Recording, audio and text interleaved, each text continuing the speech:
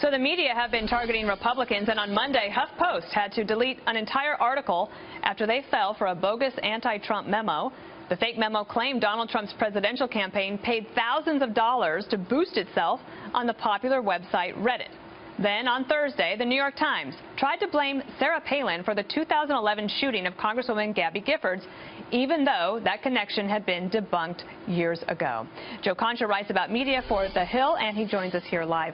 Joe, did you hear anything that internally at the New York Times that there was consternation by reporters that this had actually happened at their paper?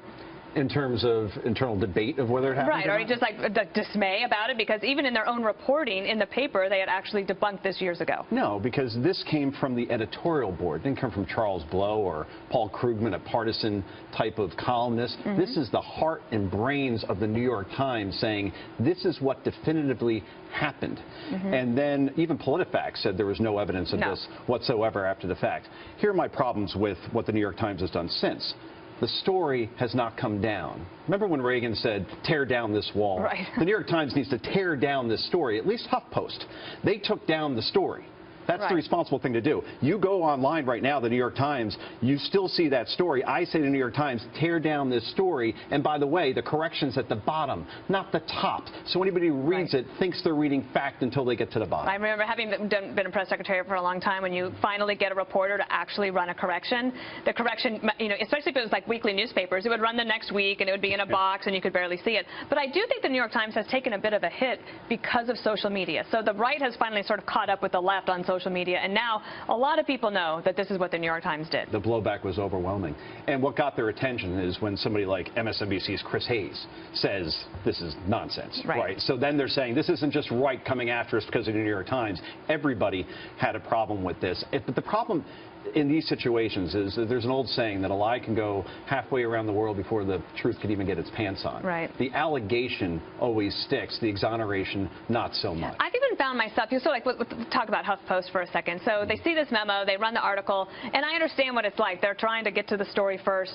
But I found myself even more reticent to actually react to any articles, even if I'm just commenting on Twitter, because it seems like most of these articles have to be revised in some way. Oh, always. It seems. It's now the new pattern because we're in a world now where it's quantity over quality because we're dealing with technology, online information. Everybody always talks about... and how they get paid, right? You get paid by the click.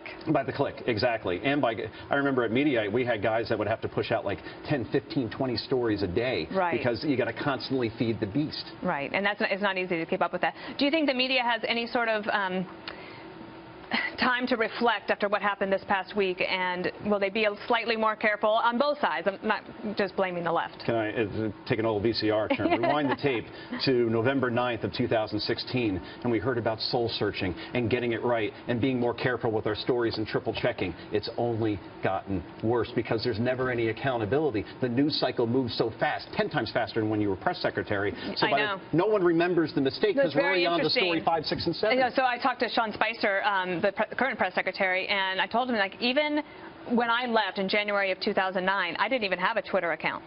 So even though the principles of the job are the same, the tactics have changed dramatically, and it's hard to keep up. But at least you have a way to fight back now that a lot more people can see it than ever before. And I think that's why President Trump continues to tweet. Everybody has a megaphone.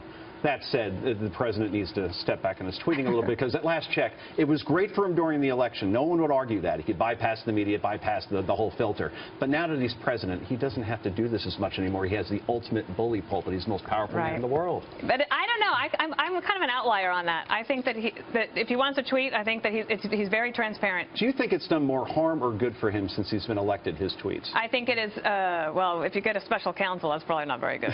That'd be like a net negative. But I think overall, communication-wise, it's a net plus for him. He just needs to control it a little bit more. Everything in moderation, Dana. All right, Joe. Thank you so much. Good to see you.